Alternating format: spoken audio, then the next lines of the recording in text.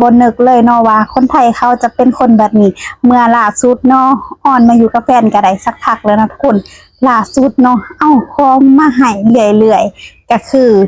สร้างคนไทยเอิญสร้างเนาะเพราะว่าเพิ่นเป็นสร้างประจำอยู่ในโรงงานนะเพิ่นเอาหม้อไฟฟ้ามาให้ตั้ง2 อันพุ่นทุกคนค่ะสบายดีสวัสดีค่ะพี่พีเอฟซีทุกท่านวันนี้มาพบมาพอกับออนเช่นเก่าเช่นเคยแล้วค่ะทุกคนคะวันนี้ก็มีเรื่องราวดีๆจะมาอัปเดตเนาะทุกคนบางคนก็อาจจะมั่นใจหรือว่าอย่างอุ้ยออนยังคือต้องชมประเทศไทยเลยกะชมคนไทยขนาดนี้เนาะกะบ่ให้ส้มกันได้ทุกคนกะเนี่ยเฮาเมื่อพบพออ่าเฮาได้รับสิ่งดีๆจากเขาเนาะเฮาก็อยาก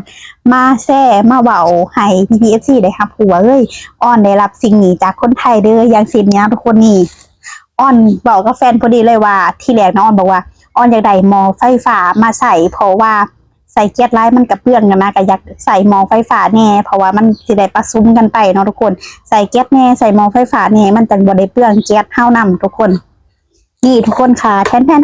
นี่เลยค่ะนี่อันนี้ก็คือหมอทอดหรือหมอยังนี่แหละเนาะเพิ่นเอาให้พุ่นยางดีบักงาบเลยนะเขาทุกคนพุ่นเนี่ยเพิ่นเอามาให้เมื่อวานนี้เลยเนี่ยคันซื้อคือสิหลายร้อยเติบได้ทุกคนอันนี้คือหมอหน่อยเนาะทุกคน และอันนี้เนาะทุกคนอันนี้เป็นหมอใหญ่พูนอันนี้หมอแดงเลยทุกคนสิ่งที่อ้อนอยากได้พอดีนะเพิ่นเอามาให้2 อันนะทุกคนอันนี้เฮ็ดไปแล้วมื้อเช้าเฮ็ดกับเขาไปแล้วจ้ายังดีๆอยู่ได้ทุกคนยังแบบมีเครื่องครบเอามาก็ใส่ได้ใส่งานได้ปกติเลยทุกคนบ่ได้แบบว่าบ่ได้มีขัดของบ่ได้อีหยังอ่อนคือว่าโชคดีของพวกอ่อนหลายๆเนาะทุกคนอ่อนกำลังจมอยากได้หม้อกระทะไฟฟ้าเด้แต่ก็เลยคือว่าแบบอ่อนกับพึ่งมานำทุกคนก็เลยแบบว่าปันเฮามีเงินจักหน่อยก่อนเด้อยังจังพากันซื้อเนาะเพราะว่าตอนนี้ก็ยังตั้งตนทะเลใดปันใดพอกำลังมา2 อาทิตย์เองเนาะทุกคนก็เลยคิดว่าเดี๋ยวเฮาอยู่กับอยู่ไปสักเดือน2 เดือนเฮาจังสิหาซื้อหมอไฟฟ้ามาใส่แน่หั่นนะแต่ผู้ดีว่าความใจดีของคนไทยเนาะเพิ่นให้อันนี้คือสร้างคนนี้สร้างประจำอยู่ในโรงงานเด้อคือสร้างใหญ่เนาะทุกคนเวลาเพิ่นมีอีหยังเพิ่นซ่อมเครื่องซ่อมหยังเนาะแฟนเวลาแฟนอ่อนวางนะคะแฟนอ่อนก็จะไปซอยเพิ่นตลอดเนาะทุกคนแล้วเวลาเพิ่นเมื่อบานพร้อมเลยทุกคนบ่ว่าจะเป็นหอมบ่ว่าจะเป็นเป็นกระเทียมเนาะกระเทียมกับกระเทียมไทยทุกคนเพิ่นอยู่จังหวัดศรีสะเกษได้ทุกคนเพิ่นจะเอามาฝากเนาะคันซื้อก็สิเป็น100แล้วทุกคนบอกกระเทียมเนาะกระเทียมแน่แล้วก็หอมแน่เพิ่นนำมาฝากเพิ่นนำมาฝากตลอดบ่ว่าจะเป็นหมากไหม้บ่อีหยังประมาณนี้เลยบางครั้งก็น้ำผึ้งเนาะน้ำผึ้งป้าเพิ่นน่ะเพิ่นก็เอามาฝากตลอดทุกคนต้องขอบคุณหลายๆเด้อจ้าเนาะสร้างใหญ่ประจำโรงงานเนาะทุกคนเพิ่นใจดีกับพวกเฮาหลายเนาะเพิ่นค่ะว่าง่ายเพิ่นก็จังหวัดศรีสะเกษก็อาจจะคนอีสานนั่นแหละทุกคนเนาะเพิ่นพอเพิ่นก็เว้าพอเพิ่นก็เว้าอีสานนั่นเองทุกคนค่ะเนาะนี่แหละเนาะการที่เฮามาอยู่ในนี้ความซอยเหลือแล้วก็ได้รับนี่ตอบแทนเฮาถือว่าต้องขอบคุณหลายๆเนาะประเทศไทยที่เปิดโอกาสให้เฮาเขามาเฮ็ดงานแล้วก็ได้มาพบพอคนใจดีแบบนี้นั่นเองนะคะเนาะ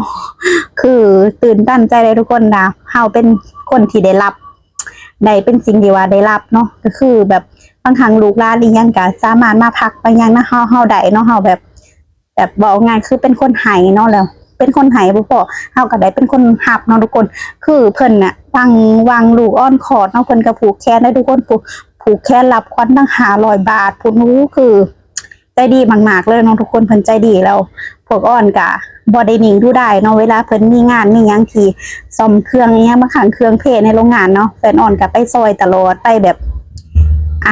ไปซอยเรืองานเพิ่นตลอดบางครั้งแบบแฟนอ้อนว่างนะบ่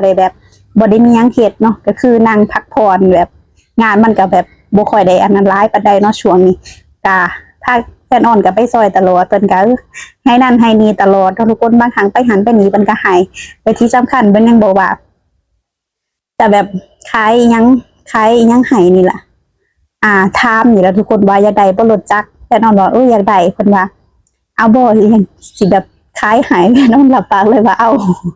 แต่ก็ถาเบิ่งเนาะเพราะว่าคันมันจำเป็นได้มีรถมีเรือไปตลาดอิหยังก็คือสิสะดวกสบายแหละทุกคนดีแล้วเนาะพวกเฮาแรงงานลาวที่อยู่ในประเทศไทยเนาะได้รับความฮักแพงได้รับความแบบว่า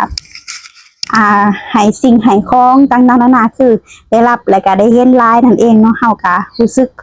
ภูมิใจได้นะภูมิใจและก็ดีใจและก็ตื่นตันใจเนาะที่ได้รับสิ่งดีๆจากคนไทยคันซื้อเป็นเงินก็คือสิหลักพันแน่นอนเนาะทุกคนพวกกระทะพวกอิหยังไฟฟ้าเนาะเพราะว่ามันแพงเนาะทุกคนแล้วก็สิอ้อนใส่งานมาคือดีแล้วทุกคนอันนี้คือเพิ่นคือบ่ค่อยได้ใส่เพราะปานใดเพิ่นเอามาให้เฮาเนาะทุกคนถือว่าเพิ่นก็ฮักเพิ่นก็เอ็นดูเฮาแล้วเนาะเพิ่นจังได้ให้เนาะทุกคนแม่นบ่คะทุกคนค่ะเนาะโอเคเนาะสำหรับคลิปนี้เนาะออนเองก็บ่ได้มีหยังหลายก็มาแชร์ประสบการณ์ที่ว่าได้รับสิ่งดีๆจากคนไทยนั่นเองนะคะทุกคนมีความคิดเห็นจังไดกันแน่ก็อย่าลืมคอมเมนต์มาพูดคุยกันเด้อค่ะสำหรับคลิปนี้ไปแล้วค่ะขอขอบคุณพี่ๆทุกท่านที่รับชมรับฟังและเป็นกำลังใจให้หลายๆเด้อจ้ะพบกันใหม่อีพีหน้าค่ะสวัสดีค่ะบ๊ายบาย